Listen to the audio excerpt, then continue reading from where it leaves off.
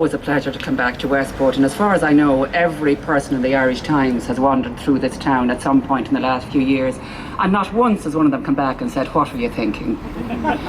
So it's such a credit to you all. And I was saying to Barbara there, as I was coming into the town after coming through with monstrous traffic, I get this lovely warm feeling coming into West, because I know nothing bad is going to happen to me unless Michael Ring and Lisa pass on their cross-bacterial germ, if I may give Peter the credit for that one.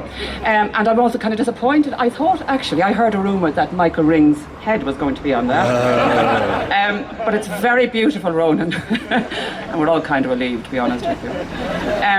Anyway, it's a wonderful thing for the Irish Times to be back here, and it's a wonderful thing to come back with your head held high, because the media quite often skulks around the place.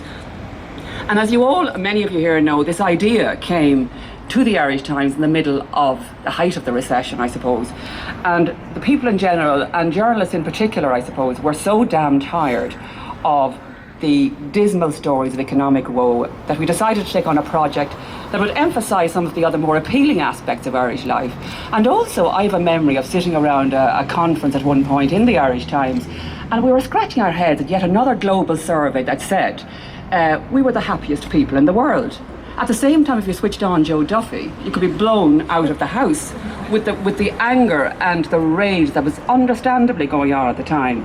So there was a kind of a disconnect here that we began to look at, and we thought, we're missing something here. And of course, when you look at it, it comes back to the public space versus the private space. And the private space is community.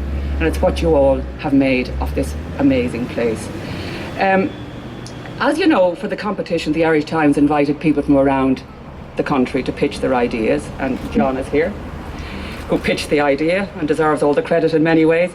And John wrote a wonderful pitch, and here we are. We had 5 judges plus a team of researchers who spent 3 months sorting, visiting, debating, selecting, and I was at some of the debates, and they were very hot, I can tell you. What were they looking for? It's important to note it wasn't a beauty pageant. Westport is a very pretty town, but there are plenty of pretty towns around. It's a comfortable place, but that wasn't just about comfort either.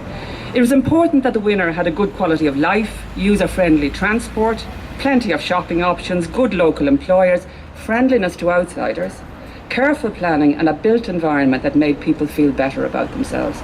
And the judges we chose reflected the calibre of what we were looking for. They included, as a lot of you here know, Dr. Maureen Gaffney, Professor of Psychology and Society at UCD, architect Paul Keogh, a former president of the Royal Institute of Architects of Ireland, Gerard O'Neill, chairman of Amórach Research, the then environment editor of the Irish Times, Frank MacDonald, who still writes as much for us as ever, as far as I can see, and Irish Times journalist Edel Morgan.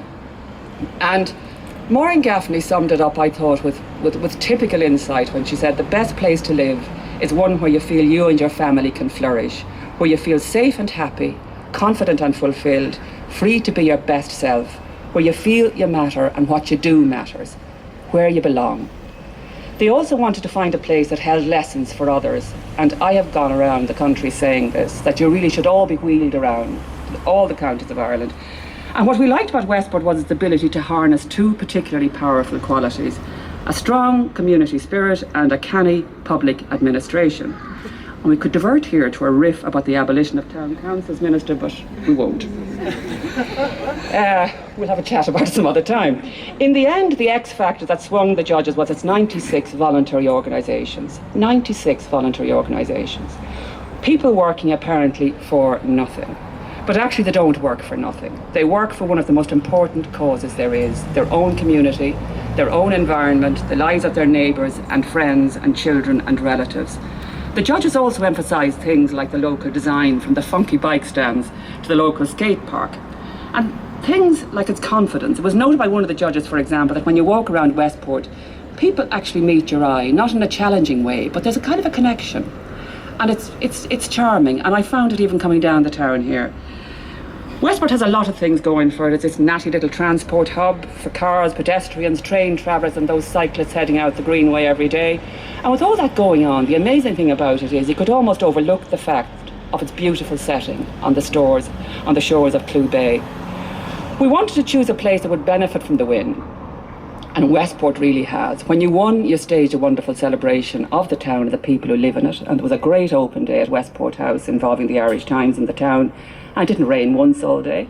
I think, as Mary McAleese once said, a benediction from above. Every map and ad and brochure you see in the town notes that Westport has been named the best place to live in Ireland. And now we have this beautiful piece of public art, Ronan, the Sentinel. It was selected by a committee consisting of townspeople and Irish Times journalists, and designed and sculpted by Ronan, who lives and works on Achill Island. And as was said here a moment ago, what artists do, they bring joy and they bring reflection and they bring so many things, and sometimes I think they really aren't appreciated enough for what they bring to our inner selves. And it's a permanent reminder of a great achievement by a wonderful town. And can I just say, for myself, I was sent down here at one point when we had decided that Westport was going to win this. I, being a kind of a sceptical journalist, came down. I said, it can't be all that great. There has to be something behind the woodpile. And I went around here for about 3 days, wheeling myself in and out, talking to pillars of the community. I'm sure some of you remember this. To the guards, priests, teachers. I said, there must be something wrong here. And I went back to Dublin thinking, I think I might have left something behind them. We're all going to look really foolish when it crawls out from behind the woodpile. And to your eternal credit, nothing has. So you've done something amazing here. You really are a great place to live. We want to say thank you to all we have met in the course of this competition and who've invited us down here today. They include architect Simon Wall, Peter Hines of Mayo County Council, the Minister for Westport, like a ring.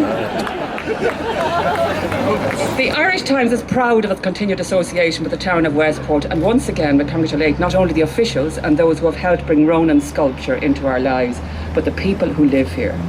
It is they who make Westport, the County Mayo, the best place to live in Ireland, and as Michael Ring will probably say, not just the best place to live in Ireland, but in the universe. You're going to say that, aren't you?